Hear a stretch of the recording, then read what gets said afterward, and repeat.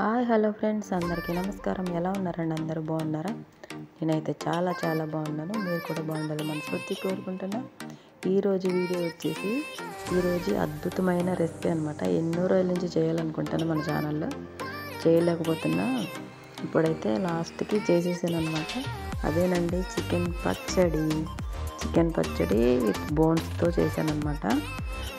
ఇది కొంచెం నేను డిఫరెంట్గా చేసాను. మొక్క గట్టి పడకుండా ఒక టిప్తో అయితే నేను మీ ముందుకు వచ్చేసాను.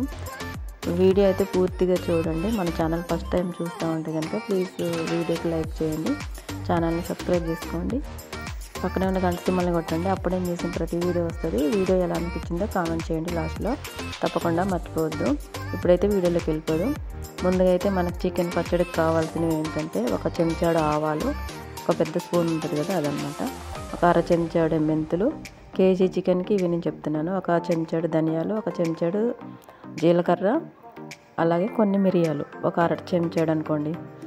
ఈ చికెన్ అయితే నేను ఉప్పు, కారం, పసుపు, అల్లం పేస్ట్ పట్టించేసి ఫ్రిడ్జ్లో ఒక నైట్ అంతా పెట్టాను. దానివల్ల మనకి ముక్క మెత్తగా ఉంటుంది అనమాట, గట్టిపడదు. దాన్ని మళ్ళీ కడిగేసి ఇలా వాటర్ లేని దాంట్లో వేసుకుంటే ఈ చికెన్లో ఉన్న వాటర్ అంతా ఇంకిపోయేదాకా ఉడికించుకోవాలన్నమాట. పొయ్యి మీద పెట్టేసి చూడండి వాటర్ ఎలా వచ్చాయి. ఈ వాటర్ అంతా మొత్తం ఇంకిపోవాలి. అప్పుడే మనకి చికెన్ పచ్చడి అనేది బాగుంటుంది, పాడవకుండా. చూడండి వాటర్ అంతా ఇంకిపోయిన తర్వాత ఇంకో గిన్నెలో పెట్టి చల్లారబెట్టుకోవాలి. చల్లారితే వాటర్ అంతా పోతుంది కదా, ముక్క గట్టి పడేదాకా కొంచెంసేపు ఉంచి ఆ తర్వాత అదే గిన్నెలో శుభ్రం చేసుకొని ఒక 1/2 కేజీ నూనె తీసుకొని,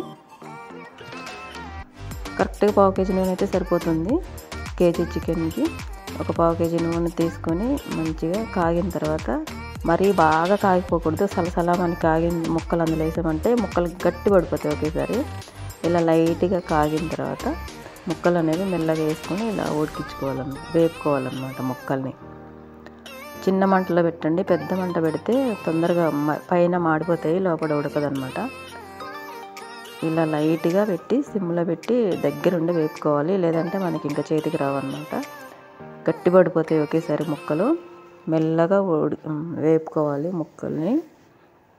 ఇప్పుడైతే మనం అలా మధ్యలో హోల్ చేసి దాంట్లో అల్లం వెల్లుల్లి పేస్ట్ ఒక 2 చెంచాలంత వేసుకోవాలి. పచ్చగా ఉంది ఏంటి అని అనుకోకండి, దీంట్లో కరివేపాకు, కొత్తిమీర వేసి మిక్సీ పెట్టామన్నమాట. స్మెల్ కోసం బాగుంటుంది. మీరు కూడా ట్రై చేయండి ఇలాగా, చాలా బాగుంటుంది. చికెన్ పచ్చడికి ఇది హైలైట్ అవుతుంది, చాలా బాగుంటుంది. ఈ సీక్రెట్లు కనుక మీరు తెలుసుకున్నారంటే ముక్క గట్టిపడదు, స్మెల్ అనేది రాదనమాట. ఇలా ఇప్పుడు సిమ్లో పెట్టి మనం వేపుకుంటా ఉంటే అల్లం వెల్లుల్లి పేస్ట్ కూడా మగ్గింది కదా. ఇప్పుడు ఒక 10 వెల్లుల్లిపాయ రెబ్బలు వేసుకోవాలి. చాలా బాగుంటుంది చికెన్ పచ్చడికి. ఇది స్పెషల్గా గార్లిక్ చాలా బాగుంటుంది.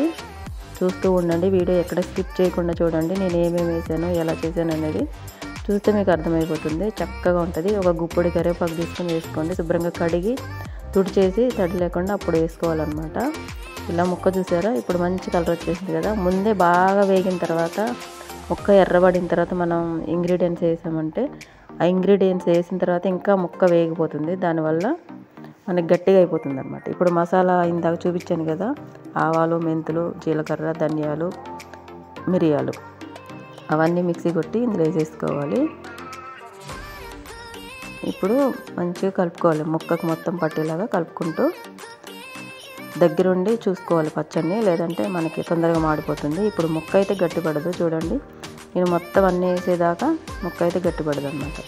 ఉప్పు చూసుకొని వేసుకోవాలి. ఒక పెద్ద చెంచాడు వేస్తే సరిపోతుంది కేజీ చికెన్కి. చూసుకుని వేసుకోవాలి, ఎందుకంటే నేను ముక్కల్ని ఉప్పులో నానబెట్టాను కాబట్టి ముక్కలకి ఉప్పు అనేది పడుతుంది. ఈ గ్రేవీకి కావాల్సినంత మాత్రమే వేసాను నేను.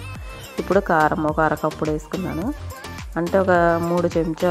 ఇప్పుడు నేను చికెన్ కలుపుతాను కదా, ఆ చెంచాతోటి ఒక 3 చెంచాలు వేసుకున్నారంటే సరిపోతుంది అనమాట. కారం ఎక్కువ ఉంటే కనుక, తక్కువ ఉందంటే 4 వేసుకుంటే సరిపోతుంది. ఈ మసాలాకి, ఈ చికెన్కి మొత్తం అంతా పట్టి చాలా బాగుంటుంది. ఈ కారం అనేది ఊర్లో కారం మీకు తెలుసు కదా, నేను వాడేది అదే, ఆ కారం అనమాట. ఇది మసాలా కారం అంటారు దీన్ని. చాలా టేస్ట్ ఉంటుంది ఇది, పచ్చళ్ళకి కానీ కూరలకు కానీ చాలా బాగుంటుంది. ఇప్పుడు వెల్లుల్లిపాయలు ఒక 10 రెబ్బలు తీసుకొని చక్కగా తురుముకొని వేసుకున్నారంటే సూపర్ టేస్ట్ వస్తుంది చికెన్ పచ్చడికే కానీ దేనికైనా కానీ. ఇలా అల్లం వెల్లుల్లి ఇలా తురుముకొని లాస్ట్లో వేసుకుంటే చాలా బాగుంటుందండి. ట్రై చేయండి ఒకసారి. నేను ఫస్ట్ కారం వేసే ముందే స్టవ్ ఆఫ్ చేసేసాను. చూసారు ఇప్పుడు మనకి ఎంత బాగా వచ్చేసిందో. ఇప్పుడు ఒక 2 చెంచాలంతా గరం మసాలా వేసుకోవాలి చిన్నది. ఇప్పుడే కాదు, నిమ్మరసం వేసిన తర్వాత, నిమ్మరసం అంతా దీనికి పట్టిన తర్వాత చికెన్కి అప్పుడు మనం గరం మసాలా వేసుకోవాలి. ఆ ఫ్లేవర్ అలాగే ఉంటుంది, పోదనమాట. ముందే వేసామంటే మనకి ఫ్లేవర్ పోతుంది. ఈరోజు ఇప్పుడు మనకి చిక్కగా అయిపోయింది కదా, ఒక 2 రోజులు ఆగామంటే నూనె వదులుతుంది అనమాట ముక్క. అప్పుడు మనకు నూనె సరిపోతుంది.